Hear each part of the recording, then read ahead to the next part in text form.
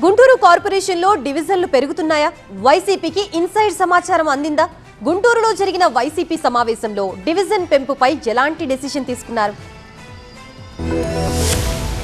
గుంటూరు డివిజన్ల పెంపుపై political heat పెరిగింది. పాలనా సౌలభ్యం పేరుతో తీసుకొస్తున్న మార్పులపై రాజకీయ వాదనలు వేడెక్కుతున్నాయి. ఒకవైపు అధికార యంత్రాంగం ప్రాసెస్, మరోవైపు వైసీపీ అభ్యంతరాలతో గుంటూరులో డివిజన్ పెంపు అంశం వేడెక్కింది. గుంటూరు మున్సిపల్ కార్పొరేషన్ లో ప్రస్తుతం 57 డివిజన్లు ఉన్నాయి. అప్పట్లో ఉన్న జనాభా నగర పరిధిని బట్టి డివిజన్ల ఏర్పాటు జరిగింది. ఇప్పుడు గుంటూరు నగరం వేగంగా విస్తరించింది. కొన్ని కాలనీలు, లేఅవుట్లు, పరిసర గ్రామాలు నగర పరిధిలోకి వచ్చాయి. ఈ నేపథ్యంలో డివిజన్లను 76కు పెంచాలని ప్రభుత్వం యోచిస్తున్నట్టుగా తెలుస్తోంది. దీనిపై ఇంకా అఫీషియల్ అనౌన్స్మెంట్ రాలేదు. కానీ వైసీపీ నేతల డివిజన్ల పెంపుపై కీలక సమావేశం నిర్వహించారు. డివిజన్ల పెంపు, జోనల్స్ ఏర్పాటుపై నిర్వహించిన వైసీపీ సమావేశంలో ఆ పార్టీ జిల్లా అధ్యక్షుడు అంబటి రాంబాబు హాజరయ్యారు. డివిజన్ల పెంపుపై వైసీపీ నేత అంబటి రాంబాబు కొన్ని అభ్యంతరాలు వ్యక్తం చేస్తూ వార్డుల పెంపు తప్పు కాదు, కానీ శాస్త్రీయంగా జరగాలన్నారు. దీనిపై అఖిలపక్ష సమావేశం ఏర్పాటు చేయాలని డిమాండ్ చేశారు. ప్రజల సౌకర్యార్థం వార్డుల విభజన జరగాలని, రాజకీయ ఒత్తిళ్లు లేకుండా కమిషనర్ డివిజన్లు ఏర్పాటు చేయాలన్నారు అంబటి. రాజకీయ అవసరాల కోసం ఇష్టారాజ్యంగా చేస్తే ఊరుకోమని హెచ్చరిస్తున్నారు. అయితే అఫీషియల్ గా ఎలాంటి అనౌన్స్మెంట్ రాలేదు. మరి చూడాలి డివిజన్ల పెంపుతో గుంటూరు రాజకీయ ముఖ చిత్రం ఎలా మారుతుందో.